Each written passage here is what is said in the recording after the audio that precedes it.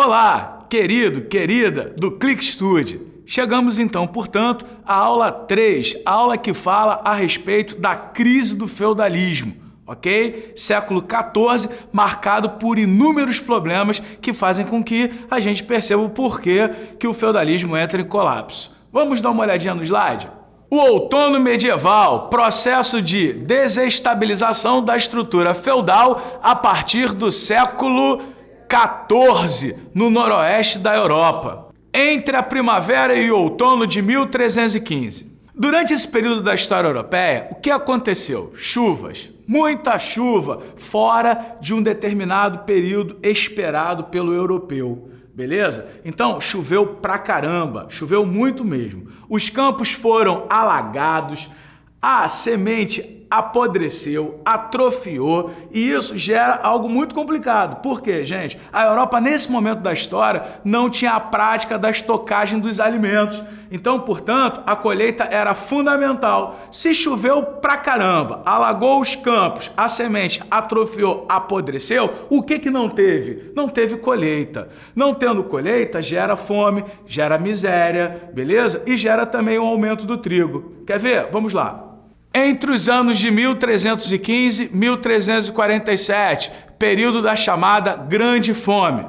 Conforme estávamos falando, é o período em que a sociedade europeia vai ter que segurar as pontas. Período esse em que há o aumento populacional, correto? E não há o aumento necessário na produção de alimentos. Então, isso gera a fome e a miséria. Voltamos aos slides.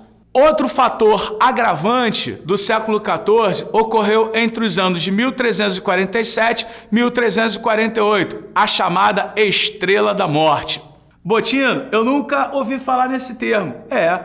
Realmente você não deve ter ouvido falar, não. Agora, em peste negra, você já ouviu falar? Ah, esse já ouviu falar. Pois é, gente. O historiador Fragoso, ele usa o termo a Estrela da Morte para falar a respeito de uma epidemia que chegou à Europa, matando cerca de 1/3 da população europeia. Epidemia essa que chegou à Europa por um navio proveniente do entreposto comercial genovês no Mar do Norte, em Cafa. Esse navio chega até a Península Itálica repleto de ratos doentes. Então, a peste negra, o que acontece? É uma doença, ou melhor, atenção aqui, ClickStudy, só você sabe disso. A peste negra é uma doença que, na verdade, não relaciona-se a uma patologia apenas. Não, são várias pestes que surgiram na Europa nesse momento. Professor, mas essa peste, ela não vem do ratinho?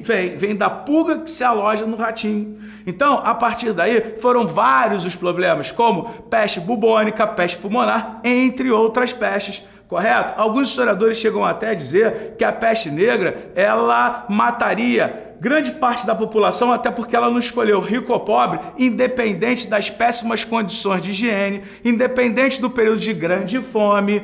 Porém, a gente não pode deixar de destacar outras linhas historiográficas com relação a isso. Mas o importante é você focar que a peste negra foi um dos fatores que trouxeram crise. E para você de medicina, atenção, foi realmente nesse período da história em que as pessoas se preocuparam um pouco mais com o que diz respeito à formação dos primeiros hospitais. Por quê? Porque até então, a peste negra, gente, por incrível que pareça, ela era tratada pelo misticismo, né? Não existia uma medicina adequada para tratar uma doença de tal gravidade, tá certo? Então, muita atenção que a peste negra é muito importante. Voltamos aos slides. Entre 1337 e 1453, a Guerra dos 100 Anos. Botino, 100 anos? É isso mesmo, são 116 anos, correto? Essa guerra, ela trouxe um problema seríssimo com relação às estradas que eram utilizadas para comércio.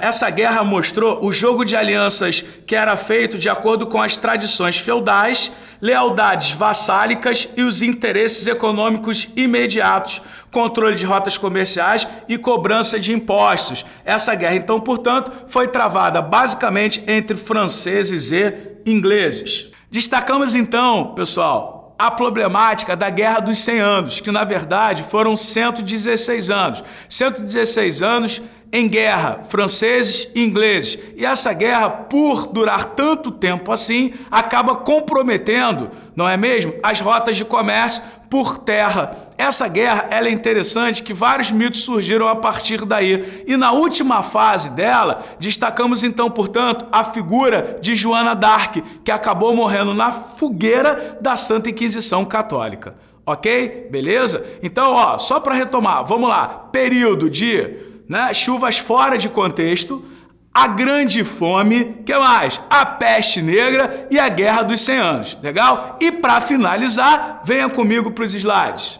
Século XIV, Jacquerie, que vem do termo Jacques, bom homem, João Ninguém, camponês na França. Revolta camponesa no norte da França.